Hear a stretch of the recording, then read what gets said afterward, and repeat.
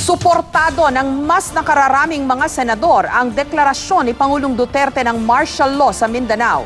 Hindi rin nakalusot ang hiling ng minorya sa Senado na magkaroon ng joint session ng Kongreso kaugnay nito. Samantala, ipinaliwanag naman ng DFA o ng Department of Foreign Affairs sa halos 100 mga diplomat kung bakit kinailangang magdeklara ng martial law sa Mindanao. May report si Jamsi Santi. Nasa ika-8 araw na ng gulo sa Marawi City at gayon din ang deklarasyon ng martial law sa Mindanao ni Pangulong Duterte. Kanina, 17 senador ang bumoto pabor sa Senate Resolution No. 388 na nagsasabing walang nakikitang dahilan ng Senado para i-revoke o ipatigil ang batas militar sa Mindanao sa ngayon. Base daw kasi sa impormasyong binigay ng ehekutibo, may rebellion nga at kailangan pangalagaan ng kaligtasan ng publiko. Pero ang ilang senador, pabor sa pagsasagawa ng joint session kahit na suportado nila ang martial law.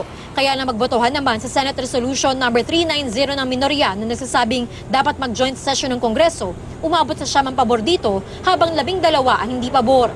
Ang sinabi naman ng Konstitusyon, malinaw doon, di ba, sa provision. Mag-joint session kung i-revoke. Dahil ang sense of the majority of the senators not to revoke, so why is there a need for a joint session? Ang ilang senador muling iginiit ang pagsasagawa ng joint session ng Senado at Kamara. Napakatindi ng extraordinary powers ng presidente sa martial law. Milyon-milyon ang apektado dahil nga sa dami nung saklaw nung proklamasyon. And therefore, nararapat lamang na magkaroon ng official proceeding at mayroong public record sa pag-uusap nitong martial law declaration na ito. Bukas, ang mga miyembro naman ng Kamara ang bibigyan ng briefing ng mga security official. Pero ngayon pa lang, kumbinsido na ang liderato ng Kamara na pagtitibayan din ng mayorya ang proklamasyon ng martial law. Although sa Marawi lang yung putukan, yung terrorism laganap yan sa buong Mindanao. At saka halimbawa, tuloy-tuloy ang bakbakan doon, tumakbo yan sa kabilang probinsya. Ang ibig sabihin, mag-declare na naman yung presidente ng martial law doon sa kabilang probinsya. So, para namang yung presidente mayat-maya nagde-declare ng martial law. Kanina, halos 100 kinatawan ng 63 embahada at international organizations ang binigyan ng briefing ng gobyerno tungkol sa sitwasyon sa Marawi City, kasunod ng pag-atake roon ng multi-terrorist group na nagbunsod sa deklarasyon ng martial law sa Mindanao. Sa kanyang opening statement, ipinaliwanag ni DFA Secretary Alan Peter Cayetano na kailangan ng martial law sa Mindanao dahil sa pagkakaroon ng ISIS sa Pilipinas. It was our hope that President Duterte would be able to institute the reforms needed by the country without declaring martial law in any part of the country. However, due to actual rebellion, terrorism, and the presence of ISIS on Philippine soil, the declaration of martial law in Mindanao became a necessity. Siniguro rin ng kalihim sa mga diplomat na hindi raw aabusuhin ng gobyerno ang pagpapatupad ng martial law.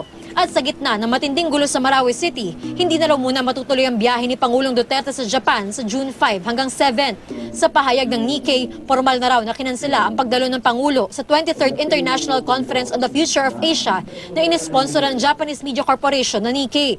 Nauna nang sinabi ni Presidential Spokesperson Ernesto Abella na kung si Pangulong Duterte ang tatanungin, nais niyang tutukan ng gulo sa Marawi. Nasa Davao City ngayon si Pangulong Duterte. Kagabi, binigyan siya ng briefing ni AFP Chief of Staff General Eduardo Año. Nakipagpulong din siya kay Moro Islamic Liberation Front Chairman Alhaj Murad Ibrahim. Tiniyak niya kina Ibrahim at First Vice Chairman Ghazali Jaafar na ang martial law sa Mindanao ay hindi para sa MILF, MNLF o NPA, kundi para supilin ang Maute Group.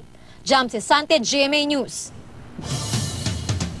Pinulong ng Southern Police District at lokal na pamahalaan ng Pasay City ang venue owners at event organizers. Kaugnay ito ng paglalatag ng mas mahigpit na seguridad sa mga concert at public gathering sa lungsod.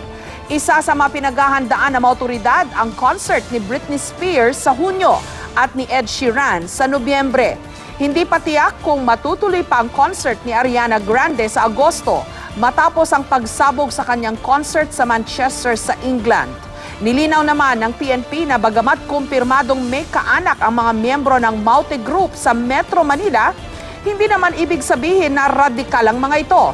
Pero dapat pa rin daw paigtingin ang seguridad sa mga matataong lugar, gaya ng mga concert at iba pang pagtitipon.